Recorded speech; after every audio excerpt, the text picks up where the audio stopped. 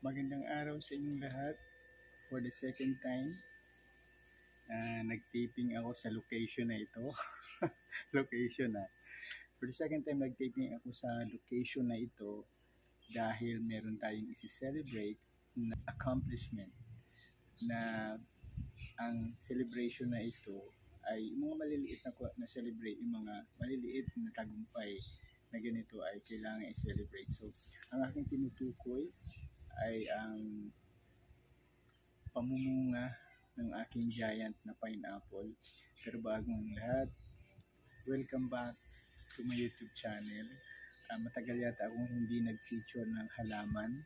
Ang huling episode ko yata na na-feature tungkol sa halaman ay yung episode 59 kung saan aking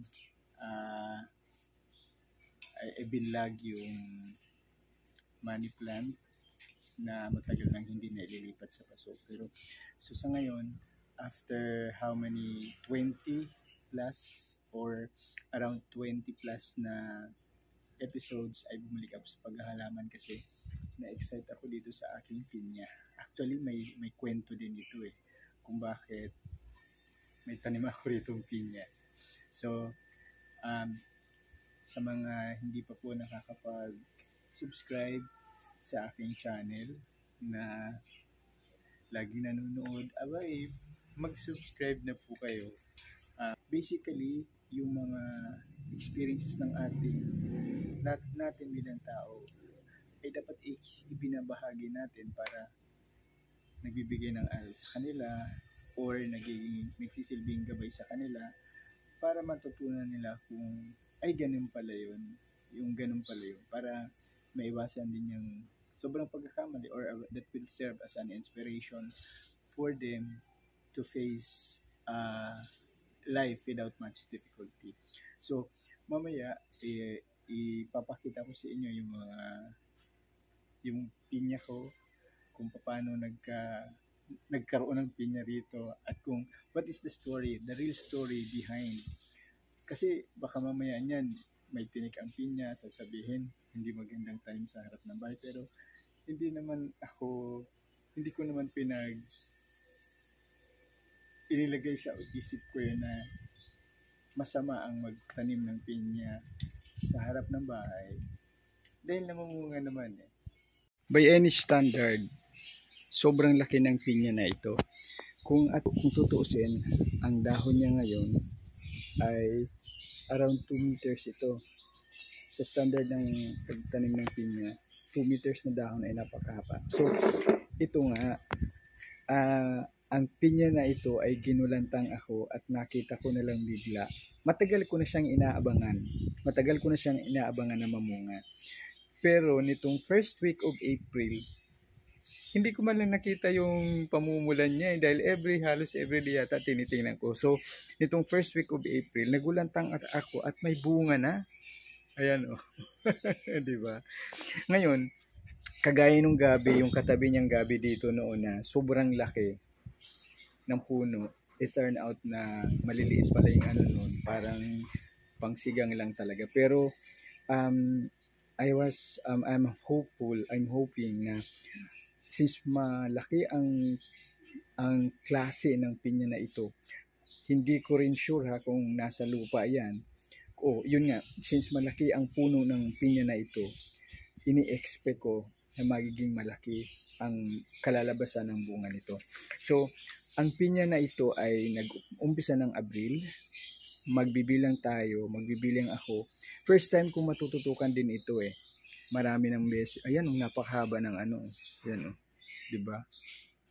Kung gaano kalaki yung gabi rito, siyang laki rin ng pinya na ito So, first time kong tututukan din ito, just like yung kwento ko tungkol sa avocado dun sa kabilang side, sa likod ng bahay namin, na 4 months ang bago siya mahinog. Ang pinya na ito ay nabuo ng Abril. So, let's count how many months it will take bago ito mamunga. So, bakit nga ba ako nagkaroon ng pinya sa lugar ng bahay na ito? Actually, may katabi siya Yan So, ang kwento ng pinya na ito ay nag-umpisa nung 2000. May itinanim ako dito sa spot na ito. Hindi siya namunga. January 2001 ko itinanim. Saan galing yung pinya na ito? Saan galing yung mga pinya na ito? Ang pinya na ito ay natatandaan nyo, siguro lahat naman tayo mayroong mga bilinalagay na pinya sa harap or sa lamesa natin tuwing New Year's Eve, di ba? Yun. Yung pinya na ito, yun ang itinatanim ko. Ngayon, yung sinasabi kong spot na ito kung saan nagtanim ako noong 2021 ay nalungkot ako kasi parang tumanda na siya. Kasi nag-research ako, ang balita ako, ang pinya ay namumunga within 2 years. So yung nandito, parang natuyo na siya lahat, hindi siya namunga. So tinanggal ko na lang. Ngayon, medyo nag-alala ako dito nga sa malaking ito dahil halos 3 years mahigit na 2004. Last year yata yung nabungkal. Ngayon, nag-worry ako dito, sabi ko, sobrang laki naman ng pinya na ito. Baka mamaya niyan matulad din dun sa isa. Kaya nga medyo nag-ano ako dahil sabi ko, Diyos ko, sana hindi naman siya kagaya nung isa na nabuwal na lang lahat yung ugat niya ay hindi na munga. More than 2 years na siyang ano. Ngayon, itinanim ko yung nandun na namatay na hanggat hindi na lang namunga. Itanim ko yan ng 2001 ng January. So ito naman, itinanim ko ng 2002 ng January uli.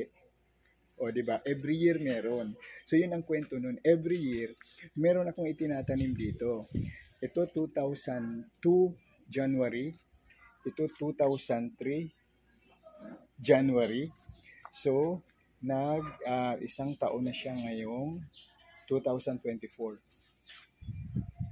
Itong spot na ito, pwede ko sanang ginamit ito na lugar para nim yung 2023 New Year na pinya. Dapat nag-umpisa ng 2024, di ba? Pero sa totoo lang, hindi ko siya naitanim kasi nga dahil dito sa kwento ng mga nauna na yung sa 2020 nag-ano ko, sabi ko, anong nangyari, ba't hindi namunga? Yun yung basis ko para hindi ko na itanim yung 2023 na mag-uumpisa na sa 2024. Iniwan ko yun dun sa terrace sa taas hanggang siguro after 2 weeks. Natuyo na lang dahil hindi ko nga itinanim. Dahil nag-aalala ako, sabi ko baka wala na namang mangyari. Ayun. Tapos, ito pang pangalawa, sabi ko sa sobrang laki na naisip ko nga kung itinanim ko to ng 2001, 2, 3, 4, eksaktong 2 years na siya ngayon. More than 2 years. 2 years and 3 months dahil 2 years in 4th month dahil 4th month ng Abril namunga. 'Di ba? So, ang sabi ko,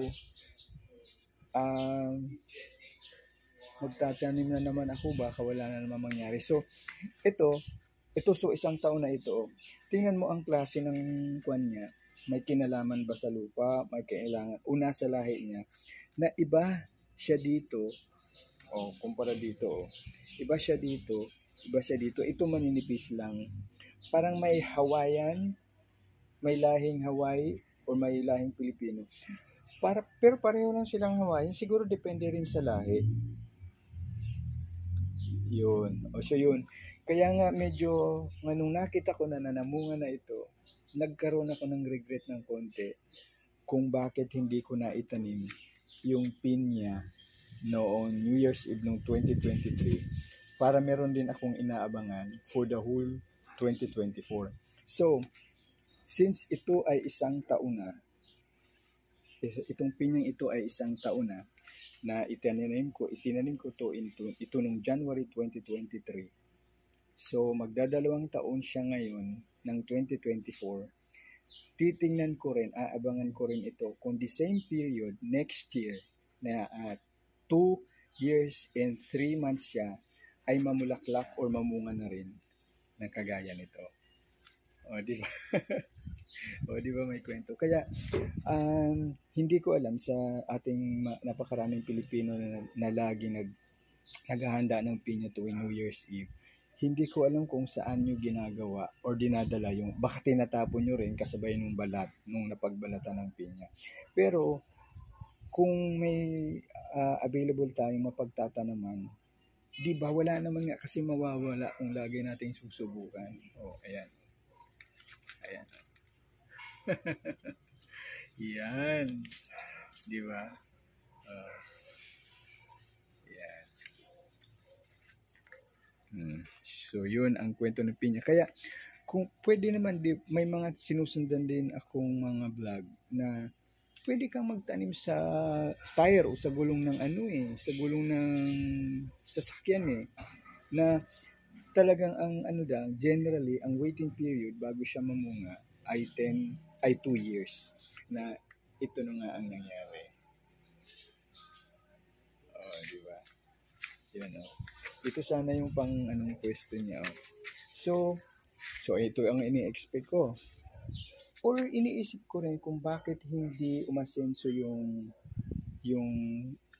o naapektuhan yung pagbunga doon sa unang tinaniman ko ay dahil tinaniman ko ng guyabano dyan baka naapektuhan na hindi siya masyado dahil siyempre may mga dahon ng guyabano, hindi na siya masyadong usbong.